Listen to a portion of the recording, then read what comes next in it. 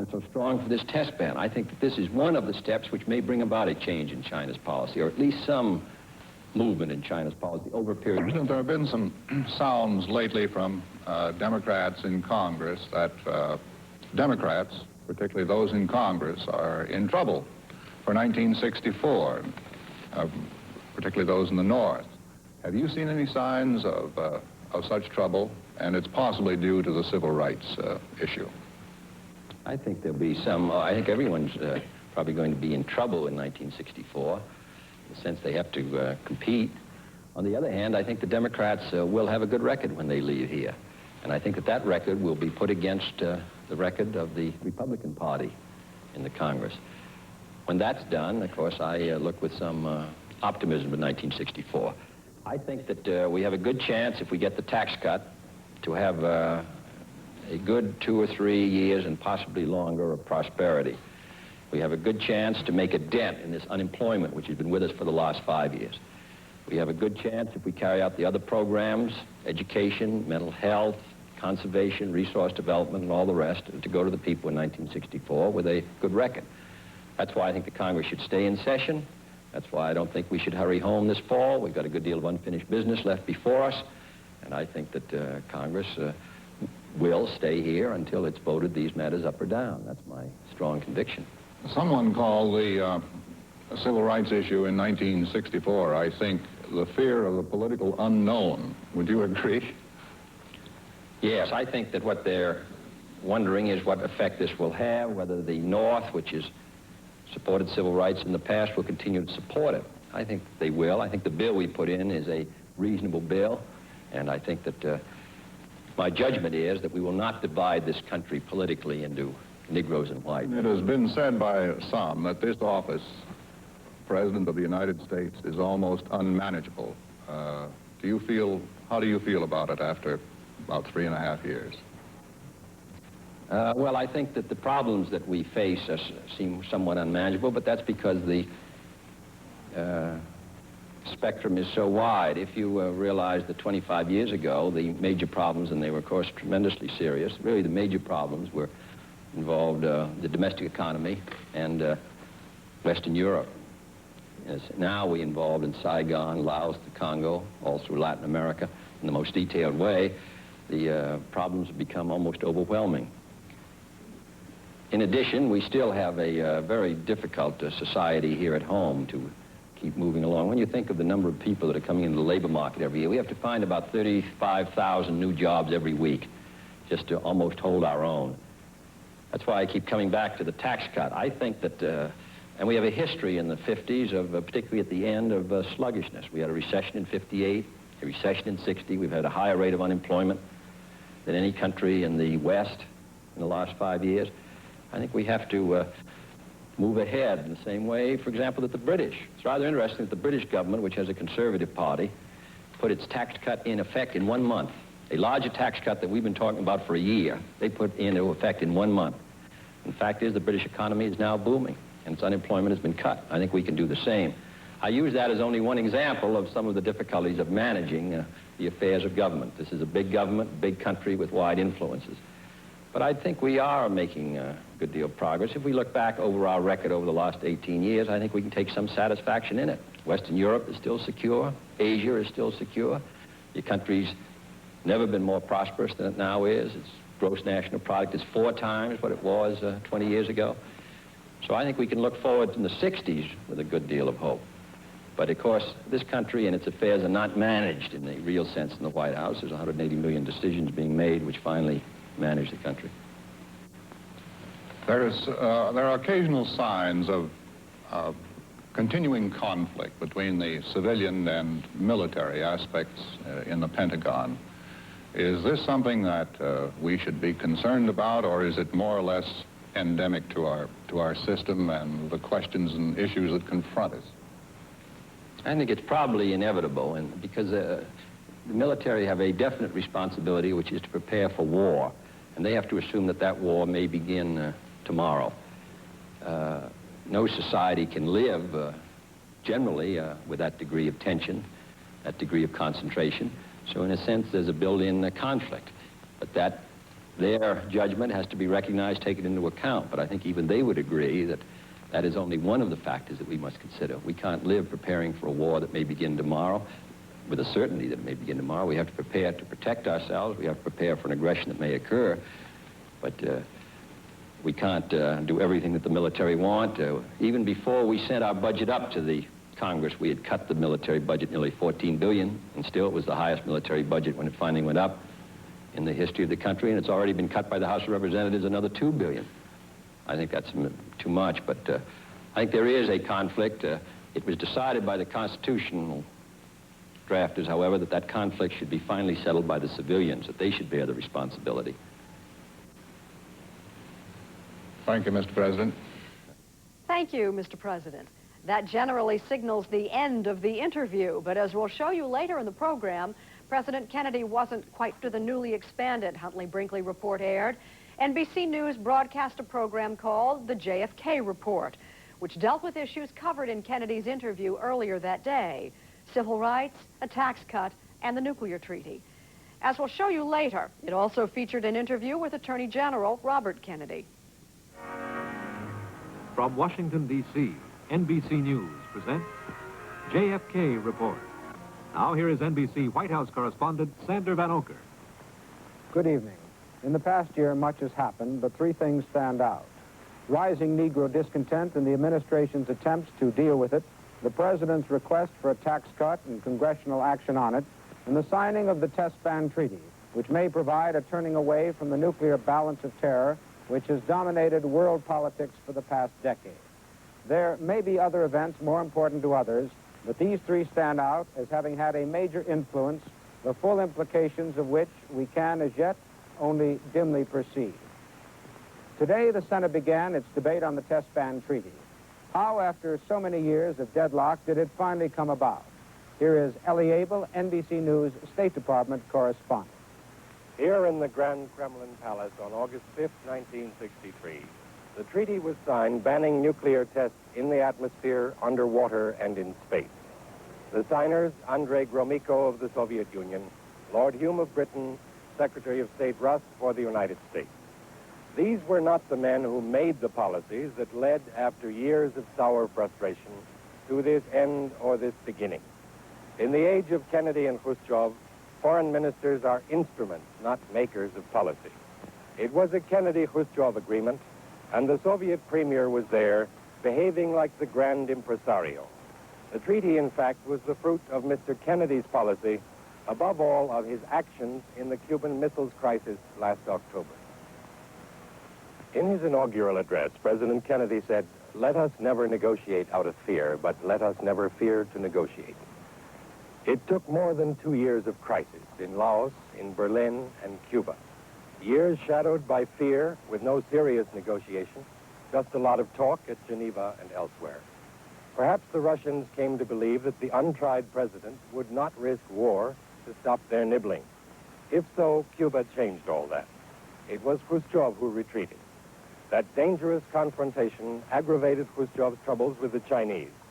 It gave him also a new respect for American power and for Mr. Kennedy's readiness to use it if need be. Cuba led first to the hotline agreement, then to the test ban, both limited steps to limit the risk of war. Ellie Abel, NBC News, reporting. This is an NBC cameraman taking pictures of the Berlin Wall at 10 in the morning.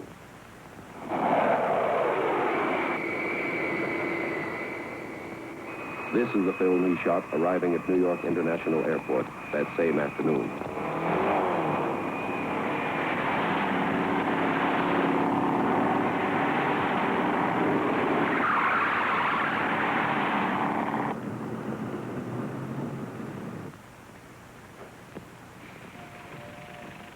Split-second organization on a worldwide scale.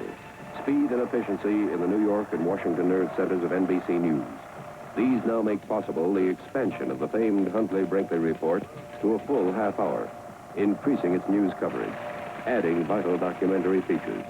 The Huntley-Brinkley Report, weeknights at 6:30, 5:30 Central Time, on properly called the American Revolution of 1963, the demand of Negroes for first-class citizenship. This now from a reporter who's been covering the revolution Herbert Kaplow, NBC News in Birmingham, Alabama. School desegregation and the resistance to it, as illustrated by today's events in Birmingham and elsewhere in Alabama, represent the hardest line so far in President Kennedy's grappling with the problem of civil rights. State agents posted this morning at such schools as this one in Birmingham turned away Negro students walking to the schools with books in one hand and a court order in the other. But as before, Governor George Wallace stands in the way, seeing himself as the symbol of resistance to greedy federal power personified by the Kennedys. Every president, as far back as Abraham Lincoln, has had civil rights to consider, but it was the school desegregation decision of 9 years ago that shook the problem loose to be buffeted about since. While John Kennedy and his brother learned lessons from the turmoil of Little Rock and elsewhere, the hard lines of resistance forged in Oxford, Tuscaloosa, and now in the lower schools of Alabama taxed the Kennedys' forbearance, skill, and stature. It was this same city of Birmingham that just a few months ago left the president behind in the pace of civil rights.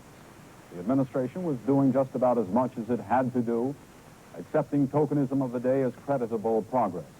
But like everyone else, even the Negro leaders who generated them, the president was caught in the fires of desegregation kindled in the streets of Birmingham.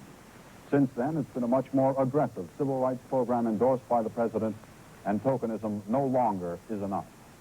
The president is hoping passage of a strong civil rights bill will ease the tensions of recent months. The tangible progress will be made in improving the economic, voting, and educational opportunities of the American Negro. Herbert Kaplow, NBC News in Birmingham. For years, the Negro has lived with the haunting fear that he will be the last hired, the first fired. The rate of unemployed Negroes is twice that of whites.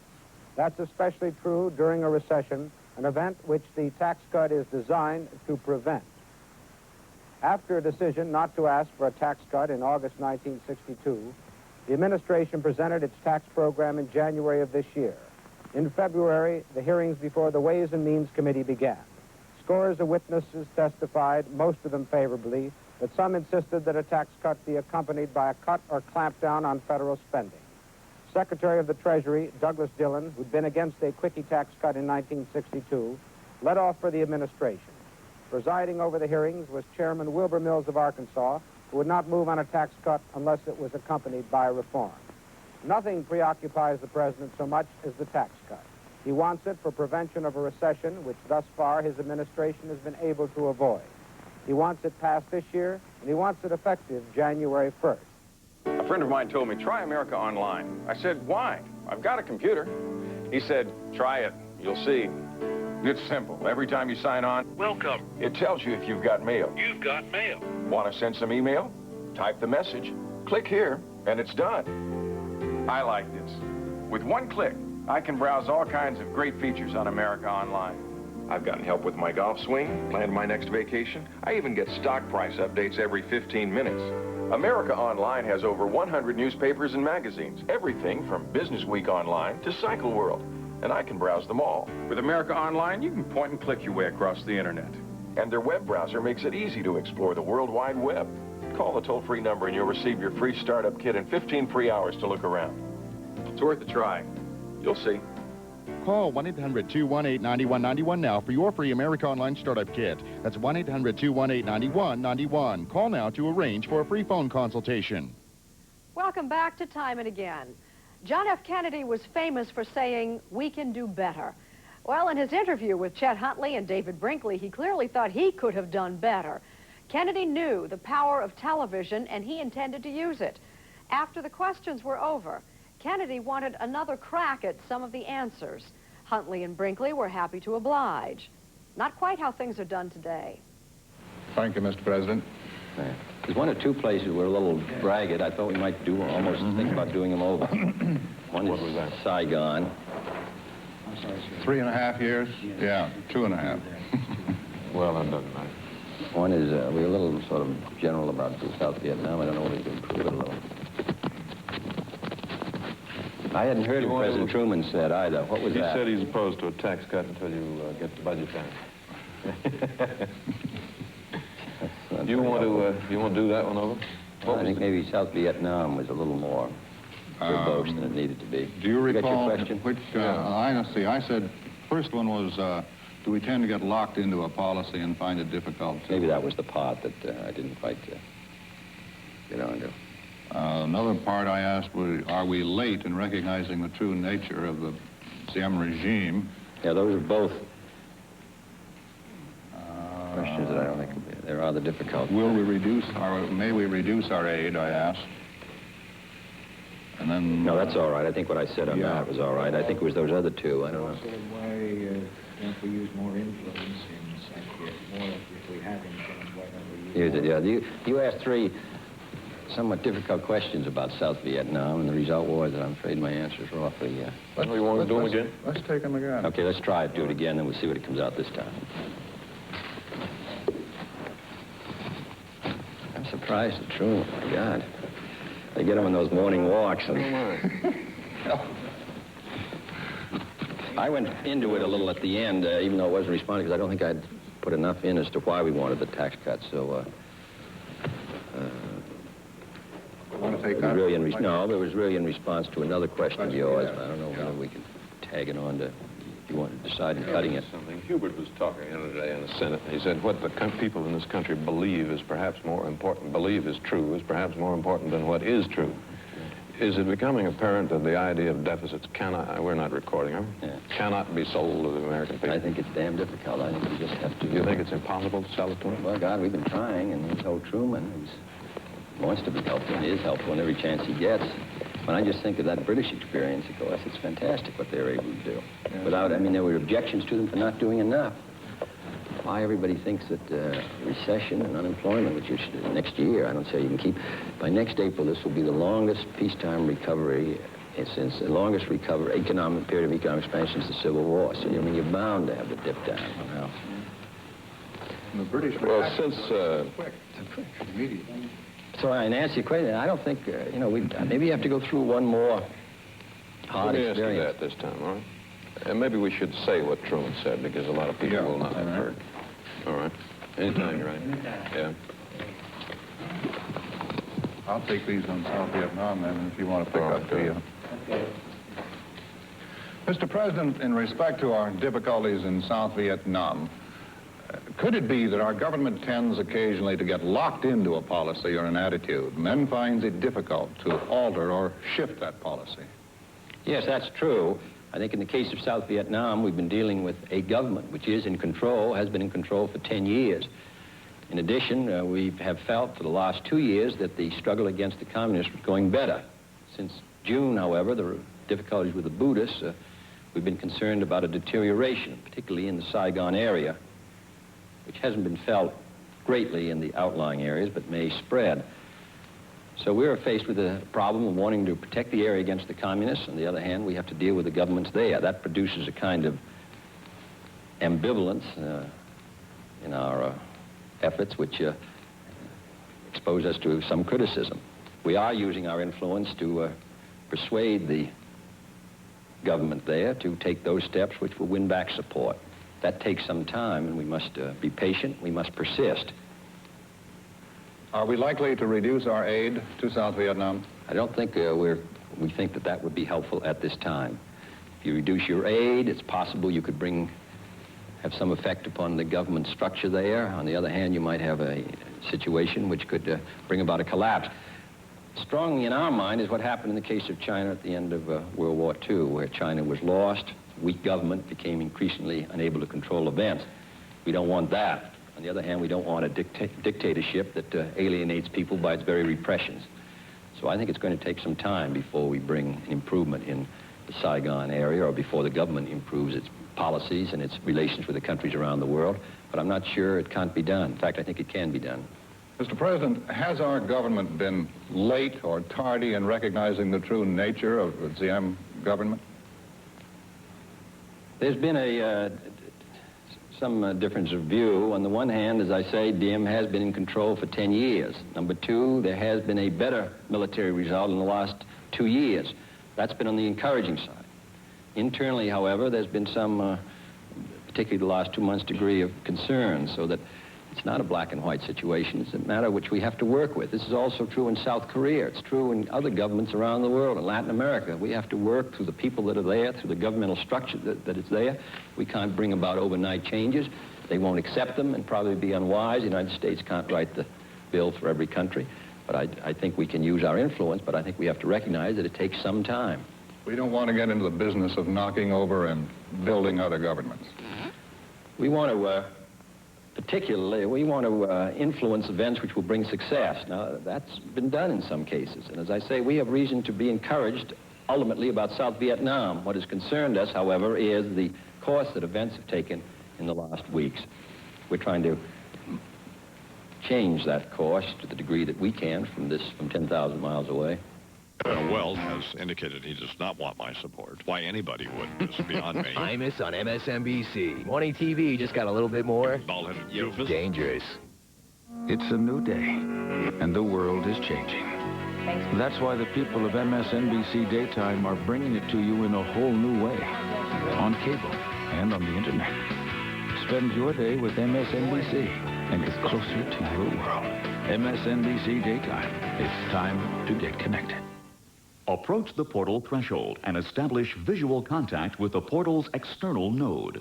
Extend your hand perpendicular to the mechanism and proceed to encircle the node perimeter firmly. While keeping your torso stable, rotate your wrist clockwise until the internal coupling piston These days, just about anything can be made to seem complicated. portal on its axis. A computer doesn't have to be one of them. The Acer Note Nuovo with the Intel Pentium processor.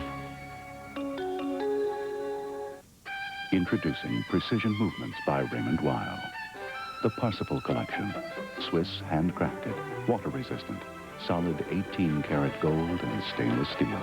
The Parsifal Collection by Raymond Weil. Are you doing your part to control litter box odor? Yeah, I scoop and scoop. No, him. What?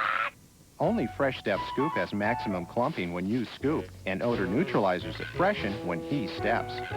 That is fresher. Fresh Step Scoop. MSNBC. It's time to get connected. Mr. President, Harry Truman was out for his walk this morning, and he said he did not think we should have a tax cut until we get the budget balanced. And the other day, Senator Humphrey was saying in the Senate that what the American people think is true is very often more important than what actually is true.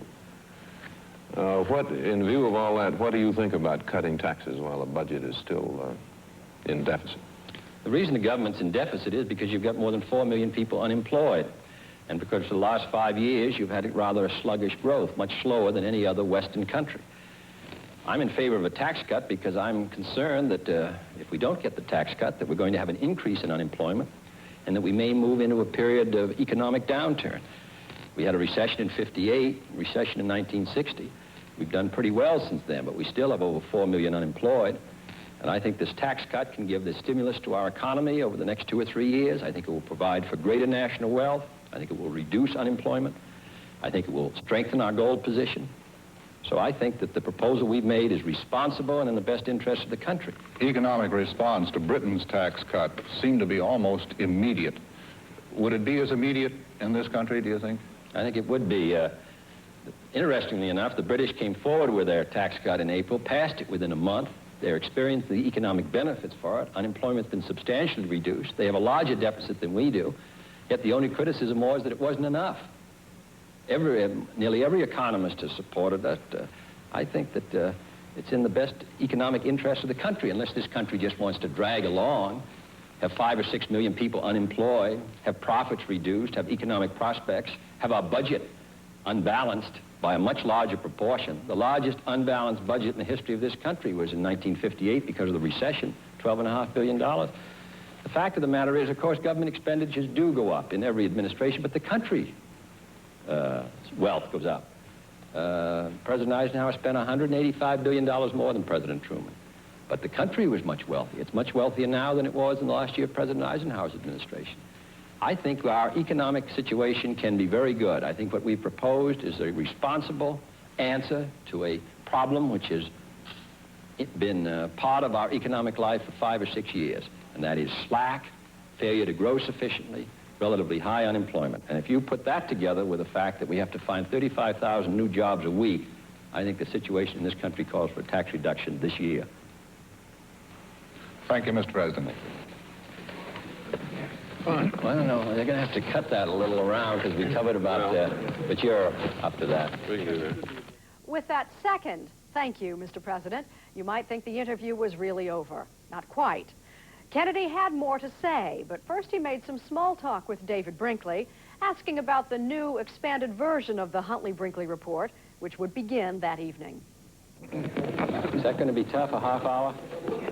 A day? No, I don't think so. What about your other It show? isn't really that much more Do you time. need the 15 president? minutes is so damn little that a half hour isn't that much more. How about your other? I've had to Sure. drop that. Oh, yeah. I can't do that. It's just too much work.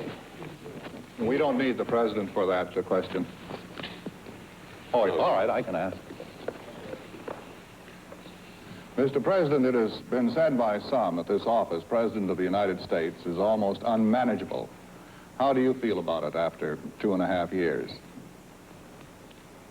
You want No, you just wanted my question. Why don't we try? I tell you what, because I covered some of that tax thing and I think the British thing in my answer to that question, I'll just do another answer here. Good. I think probably then... Fine. And we won't... I can just start in.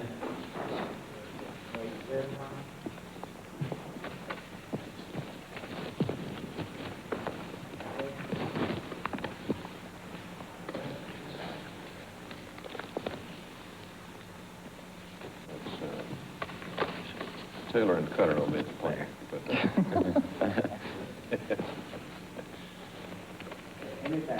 All right. I think that the problems which affect this country sometimes seem almost unmanageable, and I suppose they finally end up here in the White House, whether it's the efforts we should make to maintain our rate of economic growth, deal with our gold, influence events in Saigon, the Congo, or in Latin America. I think that it means that the life of almost every American as a citizen is almost unmanageable. But this is a assignment and a responsibility which we've taken on domestically and abroad, and this has been particularly intensified since the end of World War II. On the whole, I think this country has done an outstanding job. A good many countries today are free that would not be free. Communism's gains since 1945, in spite of chaos and poverty, have been limited, and I think that the balance of power still rests with the West, and I think it can increase our strength if we make the right decisions this year, economically here at home and in the field of foreign policy. And two matters that we've been talking about are examples of that. One is the tax cut, which affects our economic growth, which affects the whole movement of this country internally, the test ban treaty, which affects our security abroad and our leadership. That's why I think it's very important that the Senate pass it. You know, the old story that who prepares for battle if the trumpet blows an uncertain sound. Well, I think that if the United States Senate rejected that treaty after the government has committed itself to it, the sound from the United States around the world would be very uncertain. And with that, the interview really was over. Before the president left, however, more small talk with Brinkley just off mic. They talked about Ella Fitzgerald and a movie just out starring Cary Grant and Audrey Hepburn called Charade. I haven't seen it. She saw it. Is it good? When we come back, Attorney General Robert Kennedy on the fight for racial justice. You're connected to MSNBC.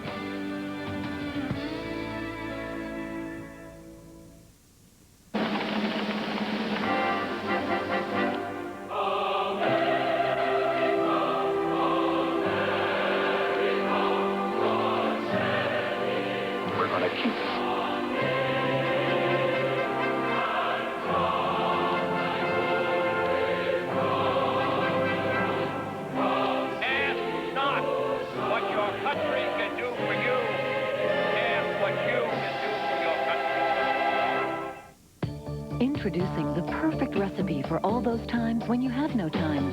Campbell's creamy one-dish chicken and rice bake recipe, made with our cream of mushroom soup. It's incredibly easy since everything cooks together at one time in one dish. So now, even on the busiest, most hectic days, you can still make a delicious homemade meal that the whole family, even Mom, can enjoy. Campbell's creamy one-dish chicken and rice bake recipe. Campbell's makes everything. Dateline Tuesday. When the man who beat and raped her went to prison, she thought the terror was over. But even in jail, he's trying to destroy her life. Find out how. Dateline Tuesday. Excuse me, you're an endangered species, an American who doesn't rely on TV for all his news. Wouldn't it be great if one magazine could save you time and effort by summarizing, analyzing, even satirizing the news and the people who make it? The New Republic can. It doesn't go left or right. It goes wherever the story really lies. Liberals, conservatives, and independents all understand the New Republic's agenda. Don't have one. Instead, hold the agendas of others up to scrutiny, constructive ridicule, even approval. And politics and policy wonks aside, TNR also covers books and the arts with an edge you'll find irresistible. Sounds interesting, huh? Well, just call the 800 number on the screen, and for $19.99, you'll get 24 issues of America's best opinion magazine. You can cancel after the first issue and owe nothing. Call right now, and you'll also get the New Republic's Little Black Book, filled with the names, addresses, and phone numbers of Washington's power players. And it's free with your paid order. So subscribe today to America's most informed opinion magazine, The New Republic. The program, the JFK Report, which aired the evening of September 9th, 1963, also featured Robert Kennedy. The Attorney General was at the center of the battle over civil rights, and NBC News correspondent Sandra Van Oker asked Kennedy about the administration's pending civil rights legislation. Well, I think that first, the legislation opens up some doors that are closed at the present time. And I think, secondly, it reestablishes the relationship between whites and Negroes, with the whites controlling the economy and controlling the political life of the United States. If they take the step and pass this important piece of legislation, I think that the Negroes will have renewed confidence in this system and the fact that their injustices that they have lived with for a long period of time will be remedied. I think, so therefore, that legislation is important. But as far as getting specific answers to the great problems that are facing them, I don't think the legislation does that, and that is education, primarily education, and then employment. We have the young people that are coming along that are 13, 14, 15, 16, 17 years of age who will not have jobs unless they have an adequate education. Mr. Attorney General, this is a social revolution. There's no other word to describe it, and you've got rights on both sides. What do you do in the case of moving white children, as some Negroes have suggested, to turn about racial imbalance in a Negro neighborhood? What do you do about unions who won't permit Negroes in, and they say if you let Negroes in, you're taking jobs away from white men? How does the federal government balance the rights in both cases? Well, I don't think that really that is our role. I think every school district has to decide those things themselves, and I think that the guiding principle in all these school districts is the education of the young people. What steps should be taken which will best further the education of the young people, both whites and Negroes. Now, as far as the unions are concerned, I think that people should be received into unions based on their skill and ability to perform jobs. I don't think that they should be denied the right to enter a union and therefore obtain employment because of the color of their skin. I think that's basic. And I don't think there's any question that in the past, Negroes have been denied the right to join unions and have employment because of the fact that they are Negroes. Now, they shouldn't obtain employment just because they are Negroes. They shouldn't be brought into a union just because they are Negroes. They shouldn't be permitted to take the jobs of white people who perhaps have greater skill and ability than they just because they are Negroes. But on the other hand, they should have the opportunity to have an adequate education, adequate vocational training, and not be discriminated against. Well, what do you conceive the role of the federal government to be then? A role of moral leadership in the person of the president and yourself? Well, I think that's basically it, an encouragement along these lines. I think that the president has pointed out, and I have pointed out right from the beginning, the passage of this legislation is not going to be the answer. What the president does by himself is not going to be the answer. What the federal government does by itself is not going to be the answer. What is done at the local level, what is done by the state, what is done by the local communities, what is done by the businessmen and the union leaders and the ordinary citizens, whether it's in housing or education or whatever it might be, they is where the answer is. And I think that, at least in the past, many people have felt, well, I think really, traditionally, it's been You're answering the problem of civil rights if you pass a law. If you make a speech in Congress or the United States Senate in favor of legislation, even though it gets beaten, you've done something on civil rights, and that's not sufficient. I don't think that ever has been sufficient, but I think we've been fooling the Negroes and fooling ourselves that has been enough. And now I think that the problems of the past are now upon us. And so I think that what's required is this joint effort by federal government, by the President of the United States, by Congress, by the states, by the local communities, and by the ordinary citizen. Until that's forthcoming, we're going to have these problems. Mr. Attorney General, a personal question. You have been called the architect of your brother's victory in 1960. Do you sometimes wonder if your efforts in the civil rights field may make you the architect of a possible defeat? Well, I've heard that mentioned in the case. Well, how do you think this is going to affect politics? I think that it has an adverse effect politically on the president and 1964. But I don't think that that means that this administration deserves any great medal or very brave for going in and doing what they're doing. I think that we have to do it. I don't think there's any choice, and I think that this is what is required in this country at the present time. I think in years to come it will be supported.